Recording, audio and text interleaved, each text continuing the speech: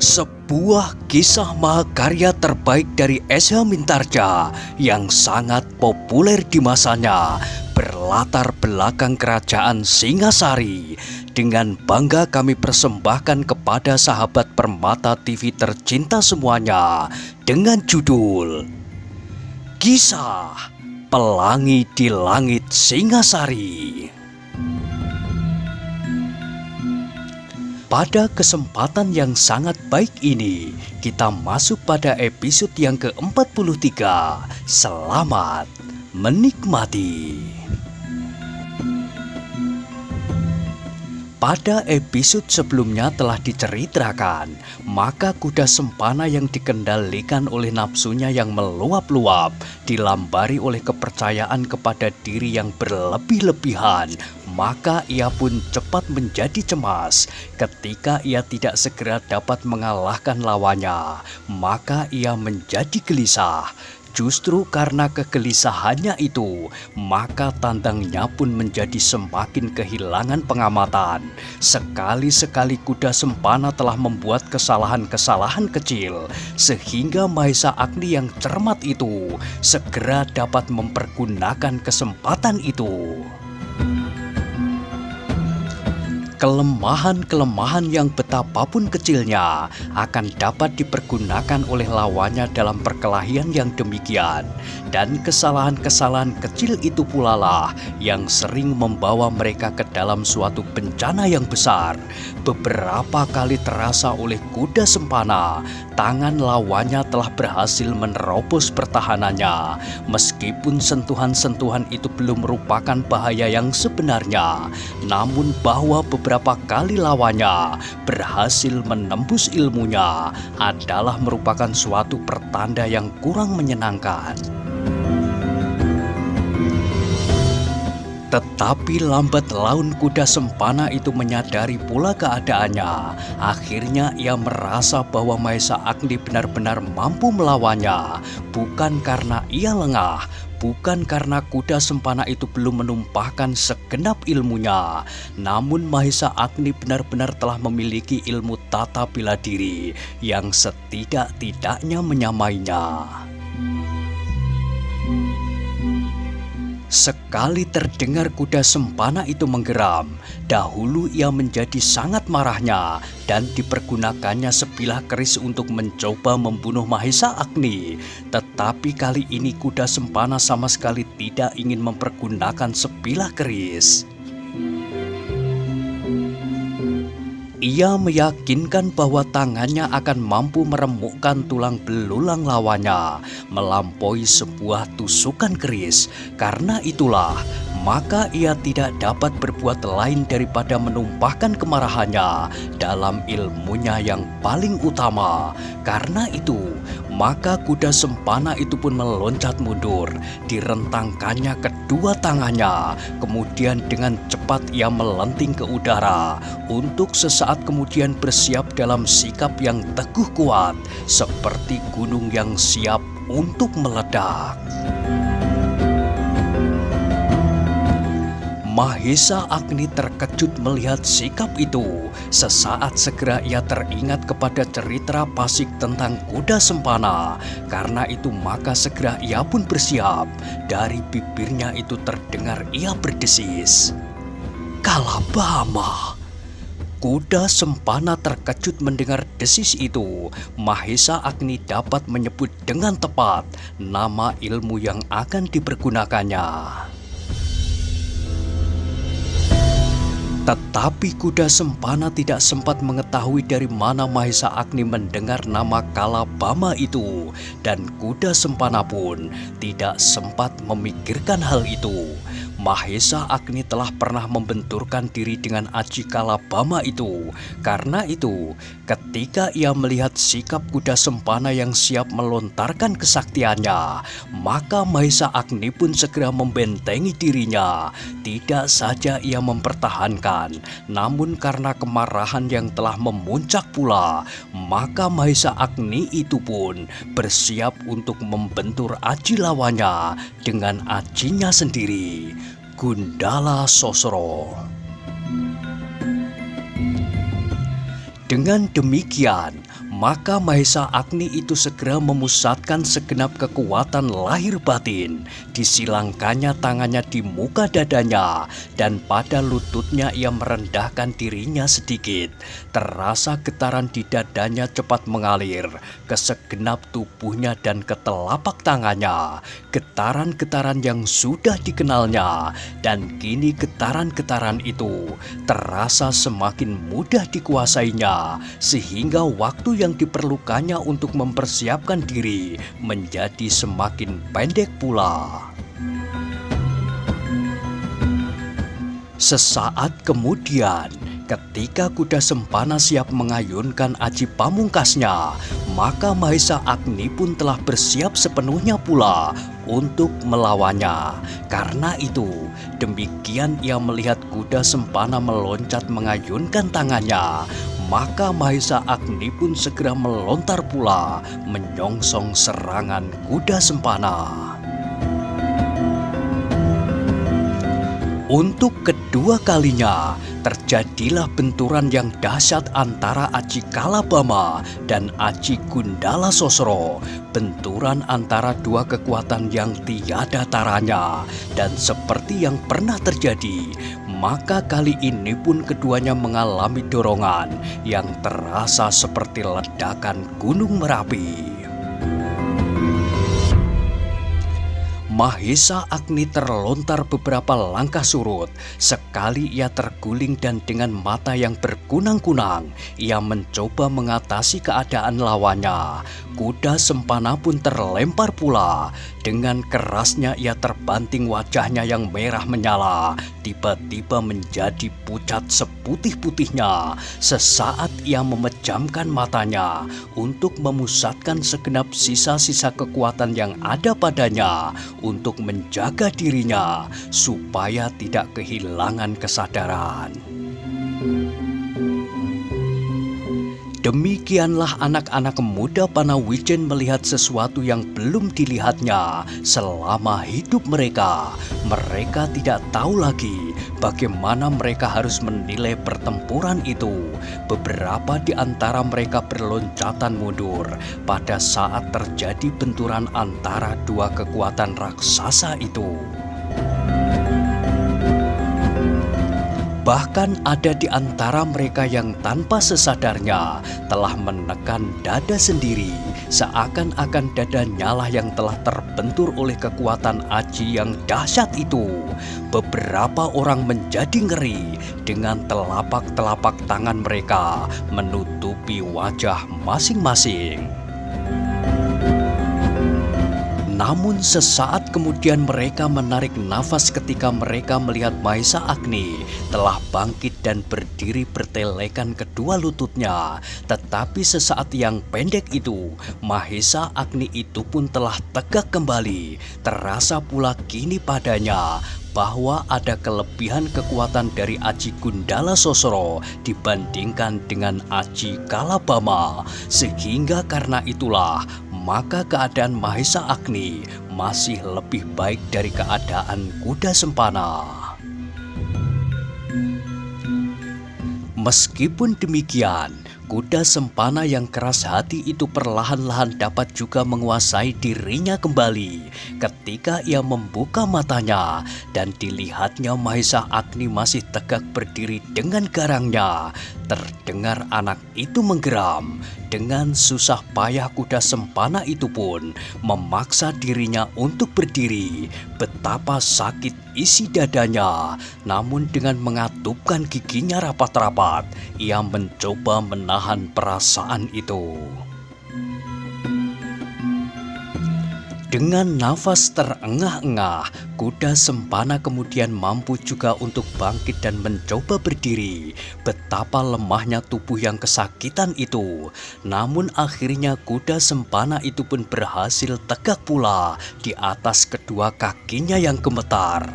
Dengan mata yang menyala ia memandang Mahesa Agni tanpa berkedip. Sedang Mahesa Agni pun memandangnya dengan nyala kemarahan di hatinya. Karena itu, maka ketika nafasnya telah teratur kembali, terdengar suaranya bernada rendah. "Kuda Sempana, kesempatan terakhir bagi kita masing-masing. kau atau aku yang binasa."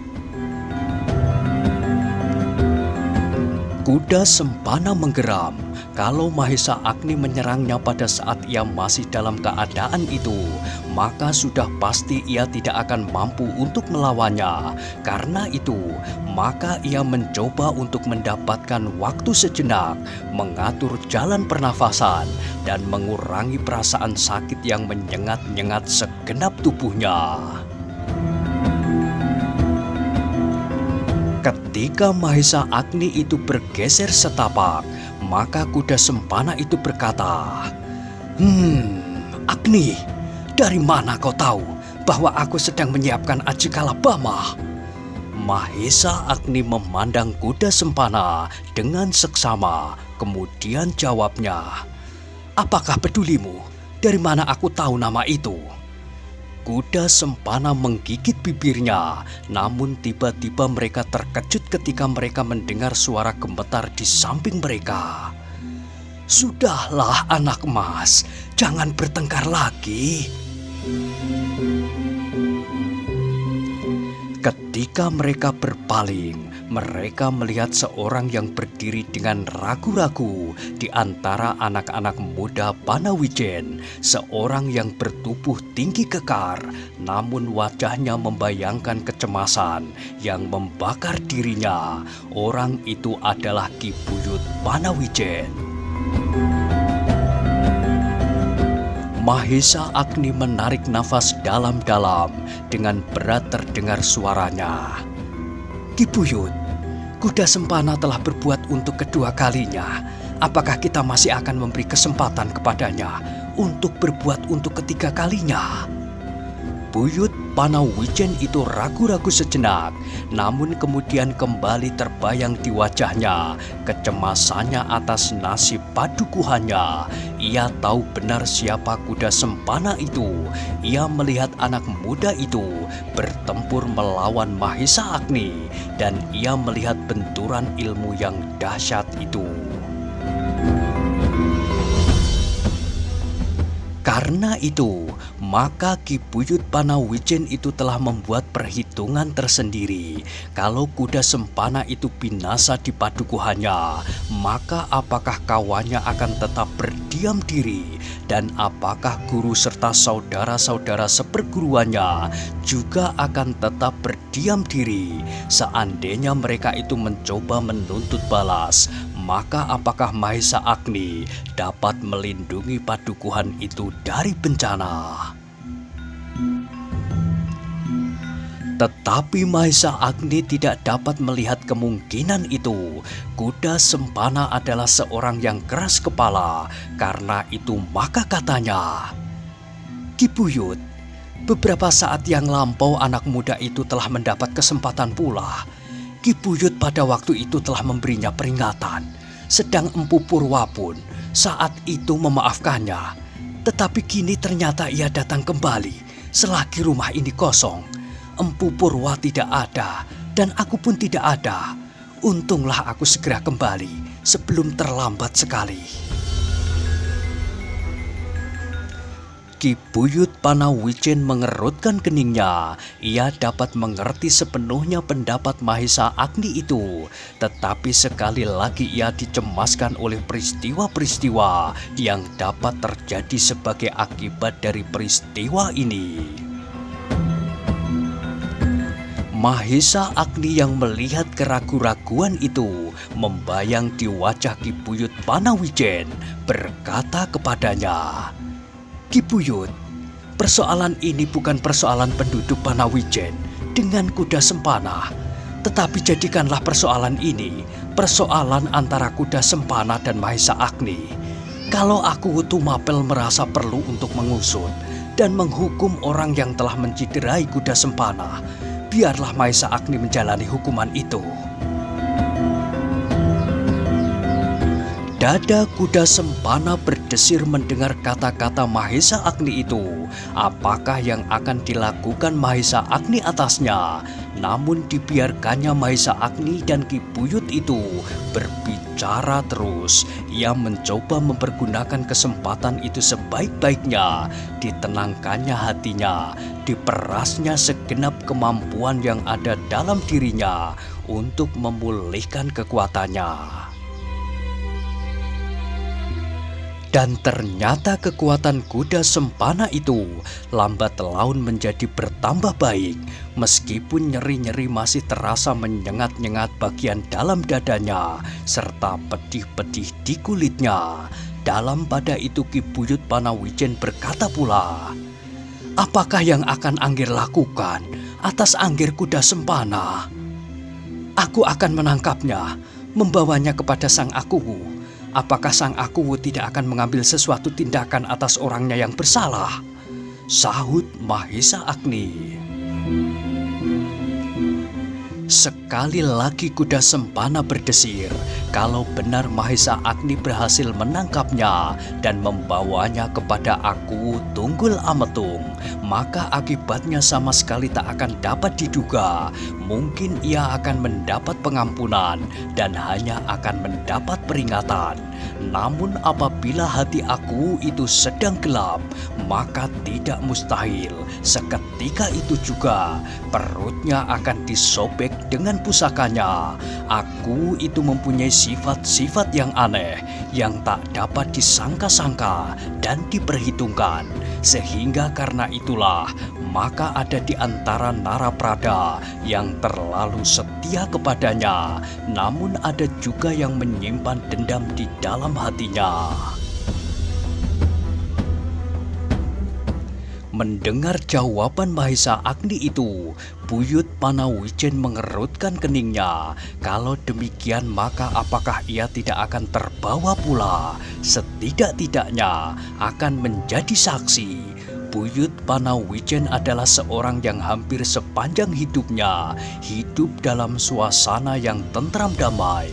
Hampir sepanjang jabatannya, ia tidak pernah menjumpai persoalan-persoalan yang mengharuskannya berhadapan dengan Akuwu Tumapel. Pada saat Buyut Panawijen itu berbimbang hati, maka tiba-tiba ia terkejut melihat Wiraprana dengan wajah yang merah biru, tertatih-tatih keluar dari halaman Empu Purwa. Demikian Wiraprana itu melihat Mahesa Agni, maka dengan serta-merta ia berkata, "Syukurlah kau sudah datang, Agni."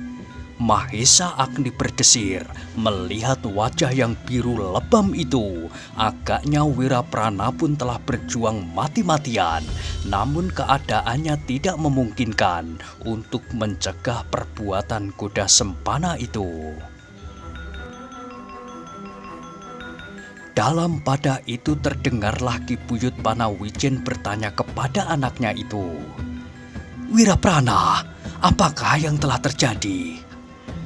"Seperti yang ayah lihat, untuk kedua kalinya aku hampir mati dibunuh oleh kuda Sempana. Apabila ada kesempatan, kuda Sempana pasti akan membunuhku dalam pertikaian yang ketiga." Mendengar kata-kata anaknya itu, maka mau tidak mau dada Buyut Panawijen itu terguncang pula. Agaknya apa yang dikatakan anaknya itu benar-benar dapat terjadi. Kuda Sempana benar-benar tidak mau melepaskan maksudnya untuk mendapatkan Ken Dedes yang sudah dipertunangkan dengan anaknya itu. Karena itu, maka kini Buyut Panawijen itu terpaksa mengambil beberapa bebahu baru untuk memperhitungkan setiap kemungkinan. Dengan wajah yang tegang, maka sekali lagi ia memandangi kuda Sempana. Mahesa Agni dan anaknya berganti-ganti. Sekali ia menarik nafas dalam-dalam, namun kemudian kembali ia menjadi bingung. Kuda Sempana yang berdiri tegak seperti patung itu kini telah mendapat waktu untuk sedikit mendapatkan kekuatannya kembali. Namun disadarinya pula bahwa ia tidak akan mampu mengalahkan Mahesa Agni. Ternyata Mahesa Agni pun telah mendapatkan kekuatan-kekuatan baru sehingga ia mampu melawan Aji Kalabama dan bahkan dapat melampauinya. Karena itu, maka sesaat ia menjadi bimbang pula apakah ia masih harus melawannya. Dengan demikian, maka hampir pasti bahwa Mahesa Agni itu akan berhasil menangkapnya. Ketika kuda sempana itu masih sibuk mempertimbangkan setiap kemungkinan, terdengarlah Mahesa Agni menggeram. "Ki Buyut yang bijaksana, serahkan semua persoalan kepadaku dan serahkan semua pertanggungan jawab kepadaku. Kuda sempana harus mendapat hukuman yang wajar, tidak di Panawijen, tetapi di Tumapel, sehingga meyakinkan kita bahwa untuk seterusnya ia tidak akan membuat kegaduhan kembali." Buyut Panawijen itu masih bimbang sesaat, namun kemudian tampaklah ia mengangguk-anggukkan kepalanya. Tetapi belum sepatah kata pun yang terloncat dari mulutnya. Semua orang yang berdiri di sekitarnya menjadi tegang. Semua memandang kepada orang tua itu. Dalam ketegangan itu terdengar suara Wiraprana. "Apakah ayah masih ingin melihat perkelahian dan keributan di Panawijen ini? Atau ayah ingin melihat setan itu kelak membunuh aku?" Ki Buyut Panawijen itu mengangkat wajahnya, seakan-akan ada yang dicarinya di antara awan yang mengalir, dihanyutkan oleh pegunungan yang lembut itu. Orang tua itu menarik nafas ketika dilihatnya. Segerombolan burung terbang melintas di atas kepalanya. Burung itu kemudian seperti lenyap di telan kebiruan langit di atas cakrawala. Hati orang tua itu berdesir. Dari arah yang lain Buyut Panawijen melihat seekor alap-alap terbang ke arah burung yang bergerombol itu. Kalau burung alap-alap itu kemudian menjambar salah seekor burung yang bergerombol itu, maka tak ada seekor pun yang akan berani mencoba mencegah dan melawannya. Bersama-sama pun tidak, karena burung alap-alap itu jauh lebih kuat dari burung-burung itu. Orang-orang yang berdiri mengitari Mahesa Agni masih tegak seperti patung. Agak jauh dari mereka berdiri dengan tegangnya kuda sempana yang terpelanting karena benturan aji masing-masing. Sedang Ki Buyut Panawijen masih saja ragu-ragu mengambil keputusan. Dalam kekaguan suasana itu, berkali-kali kuda sempana mengerling ke segenap sudut. Ia sedang berpikir untuk mencoba mencari jalan yang akan dapat menyelamatkannya. Kalau ia bertempur sekali lagi, maka ia sadar bahwa ia tidak akan dapat melawan Mahesa Agni. Apalagi kalau beberapa orang membantu Mahesa Agni untuk menangkapnya. Sementara itu Mahesa Agni sedang menunggu dengan gelisahnya apa yang akan dikatakan oleh Ki Buyut Panawijen. Bagaimanapun juga Mahesa Agni harus tetap menghormati keputusannya sebagai seorang tetua dari padukuhan itu. Sedang anaknya yang wajahnya biru lebam itu hampir-hampir tidak sabar menunggunya. Dalam ketegangan itu, tiba-tiba terjadilah sesuatu yang sama sekali tidak mereka sangka. Kuda sempana itu tiba-tiba meloncat dengan sisa-sisa tenaga yang ada padanya, berlari kencang, meninggalkan orang yang sedang kebingungan itu. Sesaat tak seorang pun yang bergerak dari tempatnya. Mereka terkejut melihat sikap kuda sempana. Yang mula-mula menyadari keadaan itu adalah Mahesa Agni. Tanpa menghiraukan apapun lagi, Mahesa Agni itu segera berlari mengejarnya. Tetapi dada anak muda murid Empu Purwa itu segera berdesir tajam. Kuda sempana yang memiliki kelebihan beberapa kecap serta jarak beberapa langkah itu ternyata berlari menuju ke kuda Mahesa Agni yang sedang sibuk makan dedaunan di pakar-pakar dan rerumputan liar di tepi-tepi jalan. "Kuda sempana!" teriak Mahesa Agni. "Manakah kejantananmu itu?" Kuda sempana tidak mempedulikannya. Ia berlari sekuat tenaga yang masih ada padanya. Dan sebelum Mahesa Agni berhasil menangkapnya, anak muda itu telah meloncat ke atas punggung kuda. "Kuda sempana!" teriak Mahesa Agni sekali lagi. Tetapi kuda sempana tidak menghiraukannya lagi. Cepat-cepat ditariknya kendali kudanya, dan dengan sebuah sentuhan pada perutnya, maka larilah kuda itu menghambur seperti angin. Meskipun demikian, kuda sempana itu masih sempat berteriak nyaring. "Mahesa Agni, sekali akan datang waktunya, aku akan membalas semua sakit hatiku kepadamu, kepada penduduk Panawijen, kepada semuanya." "Licik!" teriak Mahesa Agni. Dengan serta-merta ia meraih sebutir batu dan dilemparkannya kepada kuda sempana. Namun kuda yang dinaiki oleh anak muda itu sudah semakin jauh. Meskipun demikian, batu itu masih juga mengenai tengkuk kuda sempana. "Setan!" desis kuda sempana. Terasa tengkuknya menjadi sakit, tetapi ia sudah semakin jauh dan Mahesa Agni itu pun tidak akan dapat menyusulnya lagi. Mahesa Agni kini berdiri tegak seperti sebuah tonggak yang membeku. Wajahnya membara karena kemarahannya. Sekali-sekali terdengar ia menggeram. Dipandanginya debu yang mengepul tinggi yang dilemparkan oleh kaki-kaki kuda yang berlari seperti dikejar hantu. Nafas Mahesa Agni itu pun terasa berkejaran lewat lubang hidungnya. Terdengar giginya gemeretak di antara suaranya yang menggeram, seperti harimau yang sedang marah. Dalam ketegangan itu tiba-tiba ia mendengar Wiraprana berteriak, "Agni, di halaman rumah itu ada seekor kuda. Kuda yang tadi dipakai oleh kuda sempana." Mahesa Agni terkejut. Segera ia berpaling sambil bertanya, "Adakah seekor kuda di halaman?" "Ya," sahut Wiraprana. Namun Mahesa Agni kemudian menjadi kecewa kembali. Ia telah kehilangan beberapa waktu. Kuda yang tadi dinaikinya adalah kuda yang luar biasa. Dengan seekor kuda yang lain, apakah ia akan mampu mengejar kuda sempana?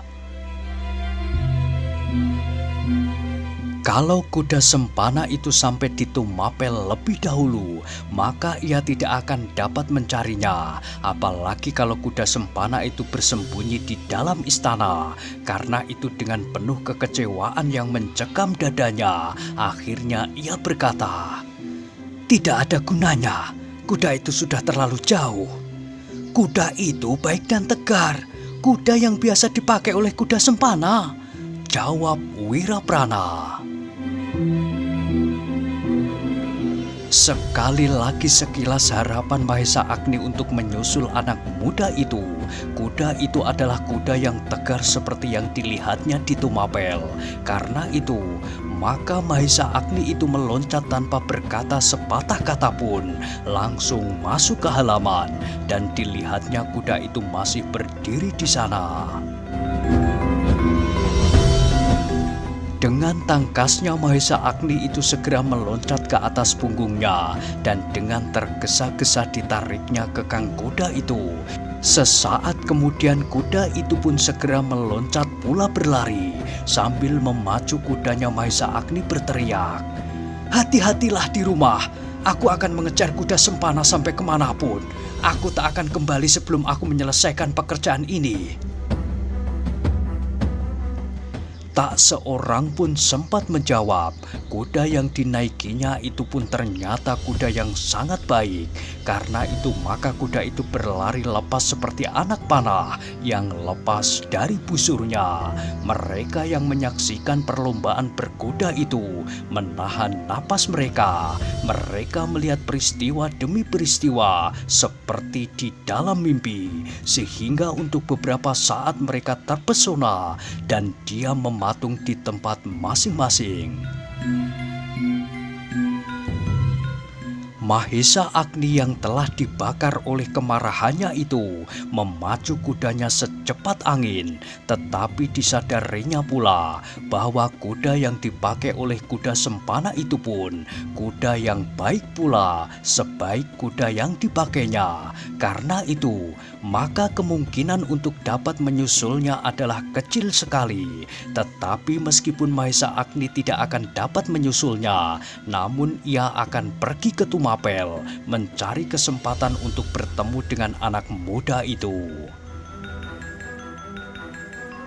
Mahesa Agni sudah tidak memperhitungkan lagi apa yang dapat terjadi atas dirinya seandainya kuda Sempana mengerahkan beberapa orang kawan untuk melawannya. Namun ia yakin bahwa ia berada di pihak yang benar. Karena itu, maka Aku Tumapel pasti akan menghukum kuda Sempana kalau ia mempunyai kesempatan untuk menyampaikannya, atau Aku itu dapat mendengar dari siapapun. Kalau aku tidak dapat menemui kuda Sempana atau menghadap Aku, maka aku akan mencoba minta pertolongan Witantra, katanya di dalam hati. Anak muda itu pun seorang yang agak dekat pula dengan Aku. Mendapat cara yang dianggapnya baik itu, Mahesa Agni semakin mantap. Kudanya berpacu melewati jalan-jalan berdebu. Dilihatnya kemudian di hadapannya terbentang padang rumput karautan. Apakah kuda Sempana juga melewati padang itu? Pertanyaan itu timbul di dalam hatinya. Kalau ia memilih jalan lain, lewat Tal Rampak misalnya, maka ada kemungkinan bagiku untuk menyusulnya sebelum ia sampai ke Tumapel. Tetapi Mahesa Agni menjadi kecewa. Ia melihat telapak kuda yang baru menghunjam dalam-dalam di muka kaki kudanya menjelucur ke arah yang ditempuhnya pula. Geramnya. Anak itu lewat padang ini pula. Karena itu, Mahesa Agni menjadi kecewa. Harapannya untuk menyusul kuda Sempana menjadi semakin tipis. Tetapi ia tidak berputus asa. Kini ia tidak menempuh jalan setapak yang dilewati kuda Sempana. Dipotongnya arah menerobos padang rumput itu. Dan dilewatinya gerumbul-gerumbul kecil yang bertebaran di sana-sini. Mudah-mudahan aku berhasil, gumamnya. Kuda yang dipakai oleh Mahesa Agni itu sebenarnya adalah kuda yang sangat baik. Betapa lincahnya kuda itu menghindari rintangan-rintangan yang berada di hadapannya. Dengan tangkas kuda itu meloncati gerumbul-gerumbul kecil dan lubang-lubang yang digali oleh air hujan. Ketika kemudian Mahesa Agni telah melampaui padang itu, serta diikutinya pula jalan yang meninggalkan padang rumput itu, dilihatnya jauh di hadapannya debu yang naik ke udara. Nah, bagaimanakah kisah selanjutnya? Silahkan ikuti terus Kisah Pelangi di Langit Singasari pada episode berikutnya. Sampai jumpa.